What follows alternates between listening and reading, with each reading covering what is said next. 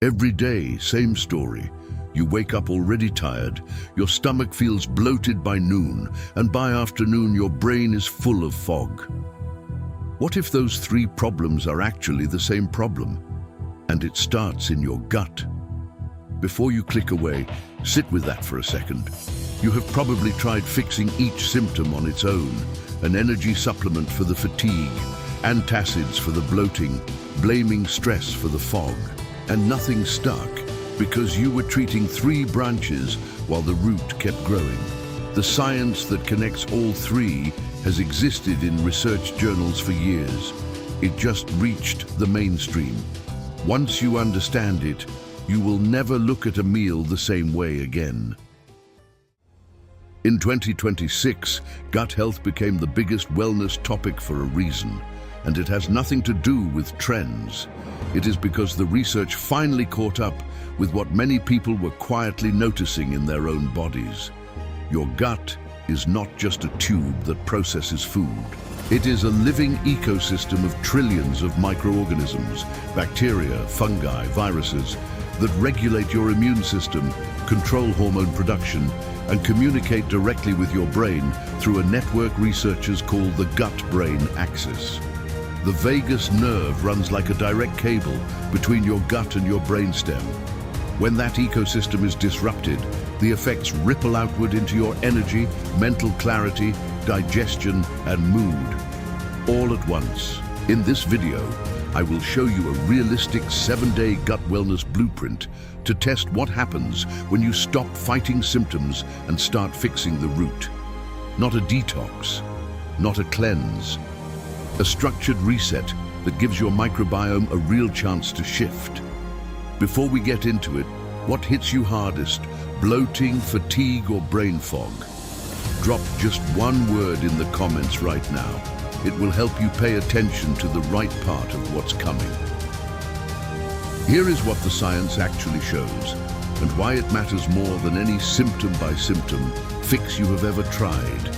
Your gut lining is only one cell thick.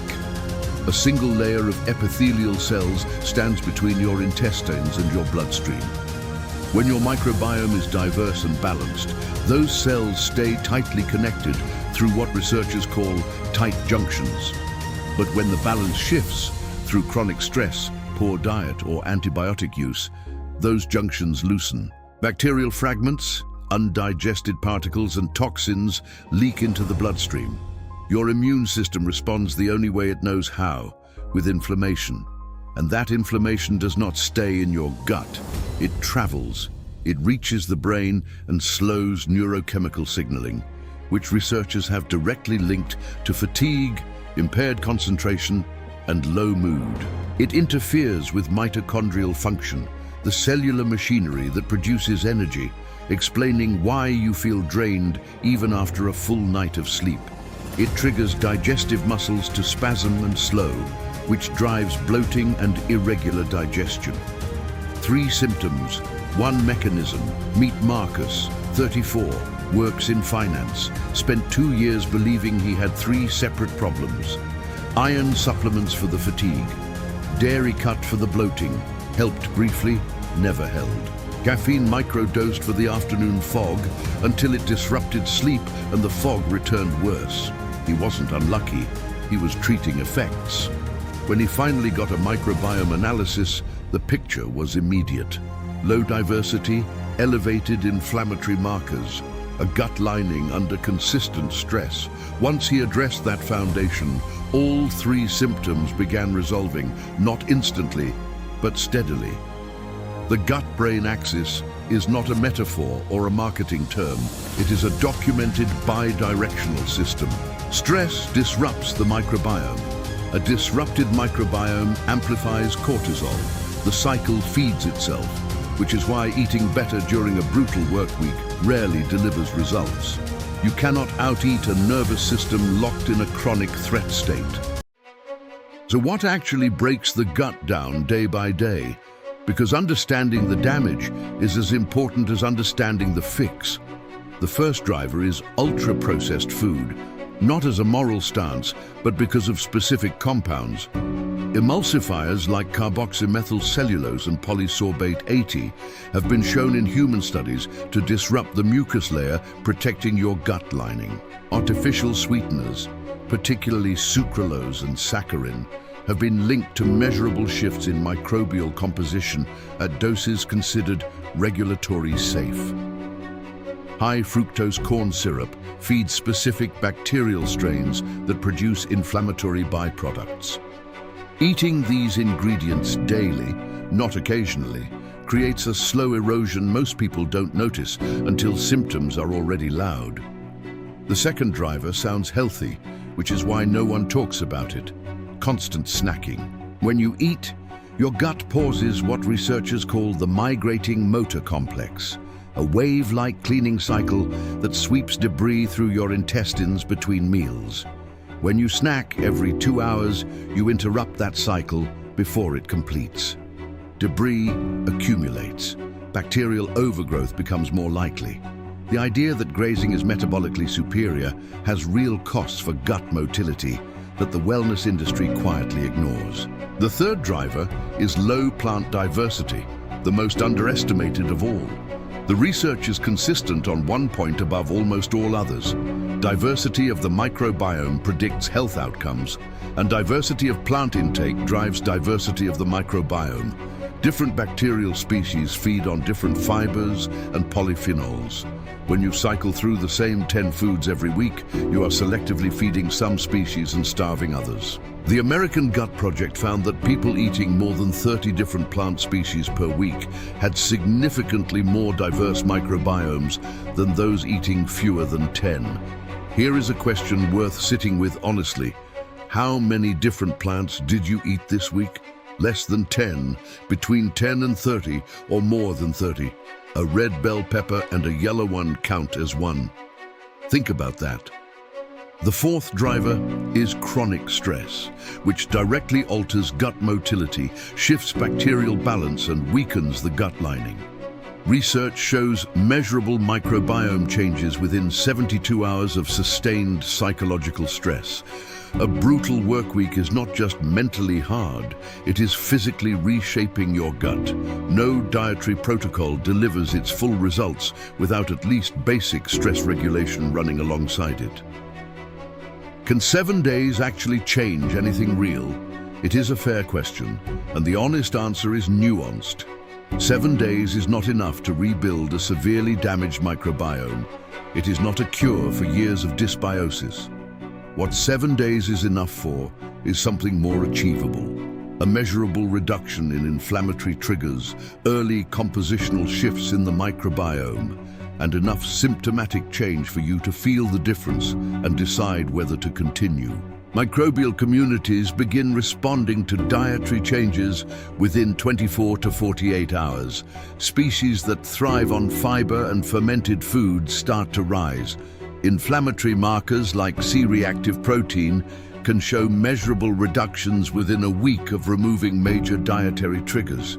You will not have a rebuilt gut at day 7, but you will have one trending in the right direction, and you will likely feel the early signal: less bloating after meals, more stable afternoon energy, a mental clarity that does not sit as heavy. Think of the 7 days not as treatment, but as calibration. You are temporarily removing the noise to hear the signal. You are giving your gut a window without the chronic insults it normally absorbs, and watching what your body does with it. The way you feel on day 4 versus day 1 is more useful than most lab results for motivating the change that actually lasts. Here is what the 7 days actually look like, and why each step is built the way it is. Days 1 through 3 are the elimination and foundation phase. Your entire focus is removing primary inflammatory triggers and giving your gut something stable to work with. 0 ultra-processed foods, 0 artificial sweeteners, 0 alcohol, not reduced, removed for these 72 hours. 3 intentional meals at consistent times, with no snacking between them, so your migrating motor complex can complete its cleaning cycle. Meals should be built around easily digestible whole foods, cooked vegetables rather than raw, reducing fermentation load on an inflamed gut. Lean proteins like eggs, chicken or fish, and moderate complex carbohydrates like sweet potato, oats or rice. You are not cutting calories or going low carb, you are removing friction. Days 4 through 7 are the diversity and rebuilding phase. Once 3 days of elimination have begun, quieting the acute inflammation, you expand actively on plant diversity. Each meal should include at least 2 to 3 plant sources you have not eaten yet that week. This is when fermented foods come in: unsweetened yogurt, kefir, sauerkraut, kimchi, miso. A landmark Cell study found that high fermented food diets produced greater microbiome diversity gains over 10 weeks compared to high fiber diets alone.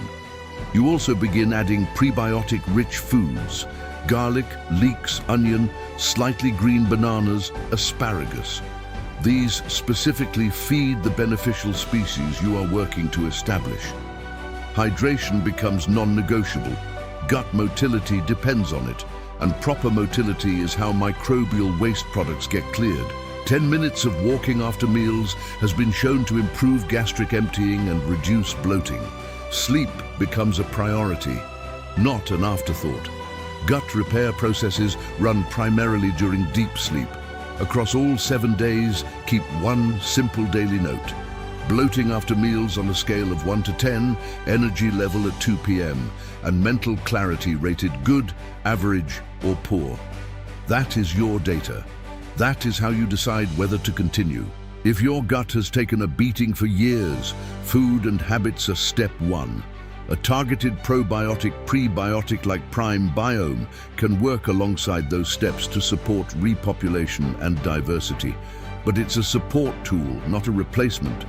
Specific probiotic strains work best when a dietary foundation is already in place. Adding a well-formulated probiotic during the rebuilding phase, days 4 through 7, gives the beneficial species you are introducing through food an additional advantage, especially for people whose microbiome diversity has been significantly depleted over time. Before you close this, leave with something you can use today.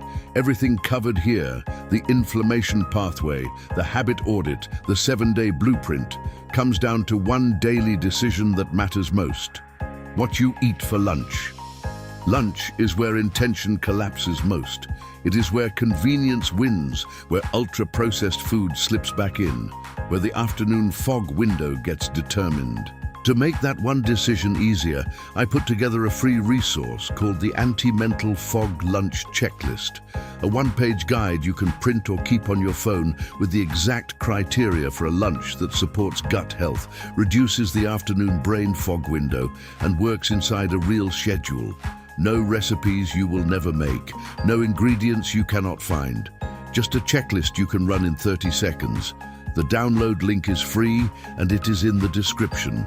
If you are starting the 7-day blueprint and want that additional layer of support, the description also includes information on Biome, what it is, what to look for, and how it fits the rebuilding phase. If this video landed for you, share it with someone who mentions the afternoon crash. Subscribe for the follow-up. 7 days are just where it starts. And what happens in weeks 2 and 3 is exactly where the real shift becomes visible. Thanks for watching. Like, share, comment, and subscribe.